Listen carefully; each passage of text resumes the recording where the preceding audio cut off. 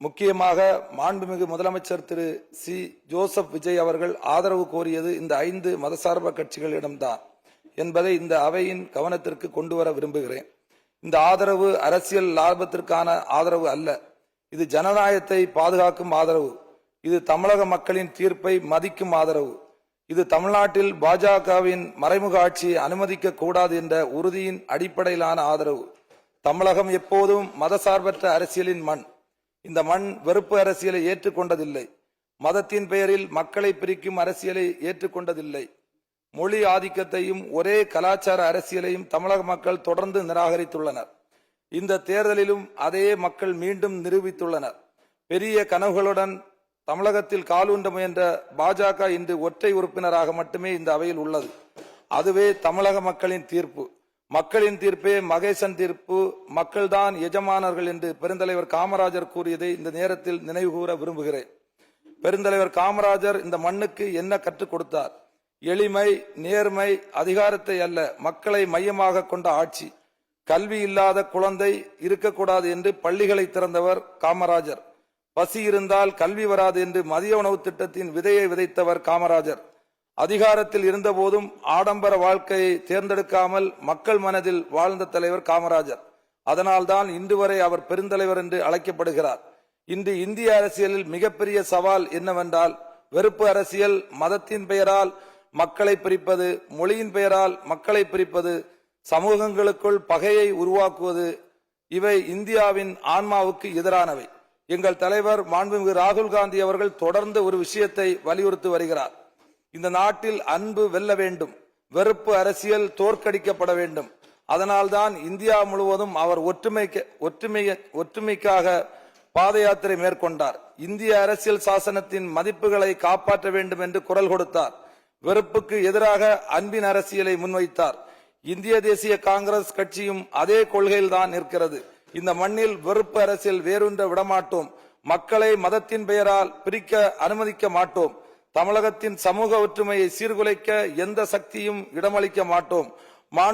மாண்புமிகு முதலமைச்சர் அவர்களே, நீங்கள் பொறுப்பேற்ற உடனே சில முக்கியமான அறிவிப்பை வெளியிட்டுள்ளீர்கள். 500 யூனிட் வரை பயன்படுத்தும் குடும்பங்களுக்கு 200 யூனிட் இலவச மின்சாரம், பெண்கள் பாதுகாப்புக்காக சிறப்பு சிங்கப்படை, போதை தடுப்பு அமைப்புகள், பள்ளிகள் மற்றும் வழிபாட்டு தலங்கள் அருகில் இருக்கின்ற மதுக்கடைகள் மூடப்படும் நடவடிக்கைகள் ஆகியவை மக்கள் மத்தியில் நம்பிக்கையை உருவாக்கியுள்ளது. ஆனால் மக்கள் எதிர்பார்ப்பு இன்னும் அதிகமாக உள்ளது. இளைஞர்கள் வேலை வாய்ப்பை எதிர்பார்க்கிறார்கள். விவசாயிகள் பாதுகாப்பான வருமானத்தை எதிர்பார்க்கிறார்கள். பெண்கள் பாதுகாப்பான சமூகத்தை எதிர்பார்க்கிறார்கள். மாணவர்கள் எதிர்பார்ப்புகளை நிறைவேற்றும் பொறுப்பு இந்திய தேசிய காங்கிரஸ் கட்சி இந்த அரசுக்கு ஆதரவு அளித்துள்ளது என்றால் அது கொள்கை அடிப்படையிலான ஆதரவு. தேர்தல் அரசியலில் பணநாயகத்தின் ஆதிக்கம் கண்டு இந்திய ஜனநாயகத்தின் எதிர்காலம் கேள்விக்குறி ஆகிவிடுமோ, ஏழை எளிய மக்கள் நாடாளுமன்ற சட்டமன்ற தேர்தலில் வெற்றி பெற முடியாமல் போய்விடுமோ என்று மிக கவலையோடு கவனித்துக் கொண்டிருந்த நிலையில் இன்றைக்கு மாண்புமிகு முதல்வர் ஜோசப் விஜய் அவர்களின் வியூகத்தாலும் தனித்த சாதுரியத்தாலும் சாதாரண ஏழை எளிய மக்களும் வெற்றி பெற்று சட்டமன்ற உறுப்பினராக, அமைச்சராக பொறுப்பேற்றிருப்பது இந்திய ஜனநாயகத்திற்கு கிடைத்த மிகப்பெரிய வெற்றியாகும். அந்த வகையில் இது ஓர் எளிய மக்களின், சாமானிய மக்களின் ஆட்சி என்பதையும் குறிப்பிட விரும்புகிறேன்.